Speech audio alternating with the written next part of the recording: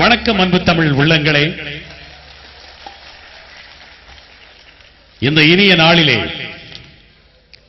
இசைமணியாய் வாழ்ந்து மறைந்த எங்கள் இசை மாமணி சீர்காழி கோவிந்தராஜன் அவர்களுக்கு ஒரு சீர்மிகும் இசை திருவிழா எடுக்கப்படவிருக்கிறது.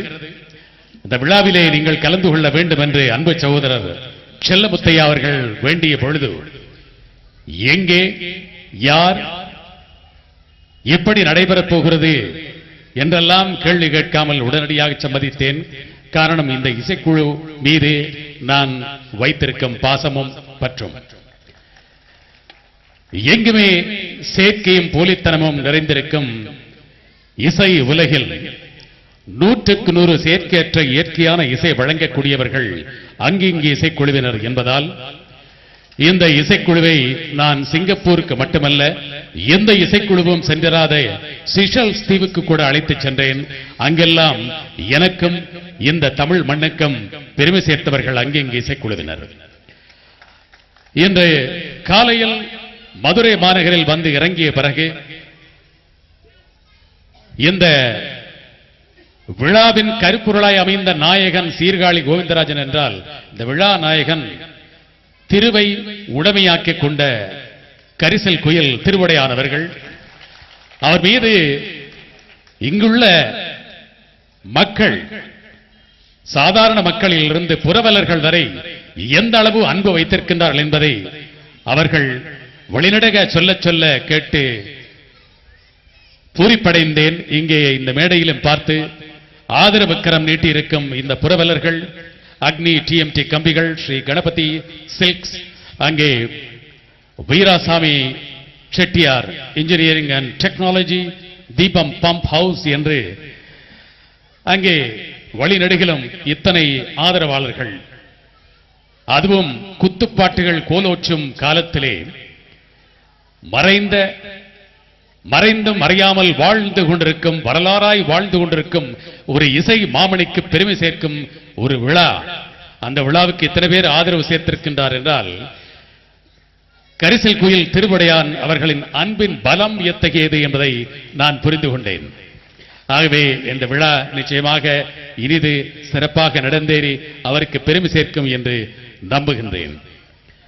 அந்த இசை மாமணி வாழ்ந்திருந்தால் கடந்த 19ஆம் தேதி தன்னுடைய 78வது பிறந்த நாளை கொண்டாடி இருப்பார்.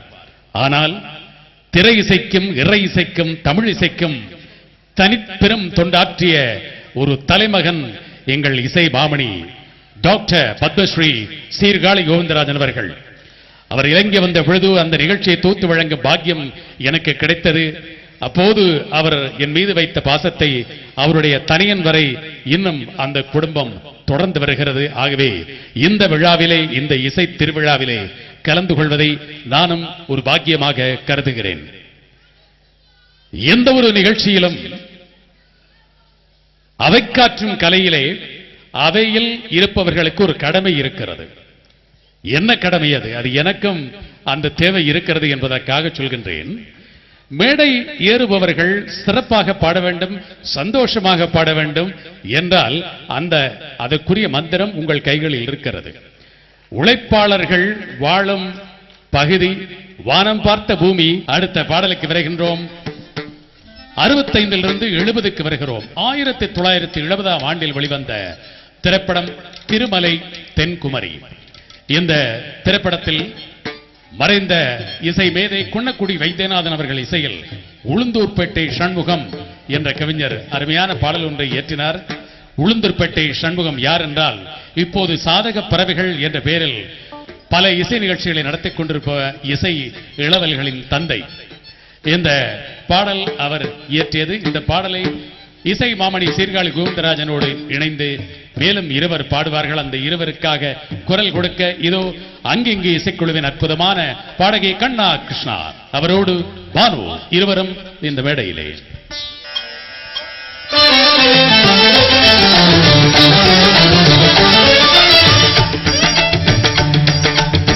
மதுரை அரசாளும் மீனாட்சி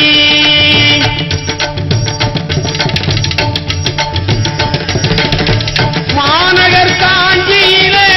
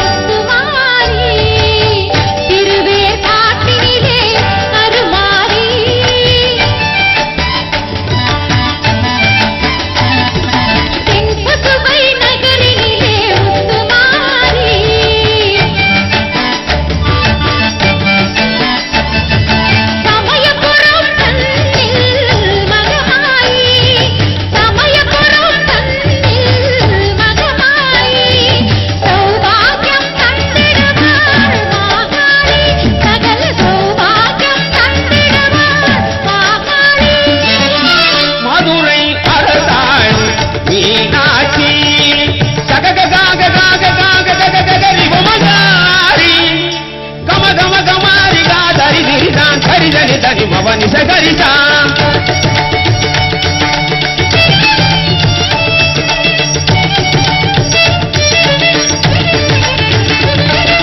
గరి మగరి దని తదని ద మమ పాప ని పసా ని రి తరి మగరి ద పస ని దని మమ నిస గరిసా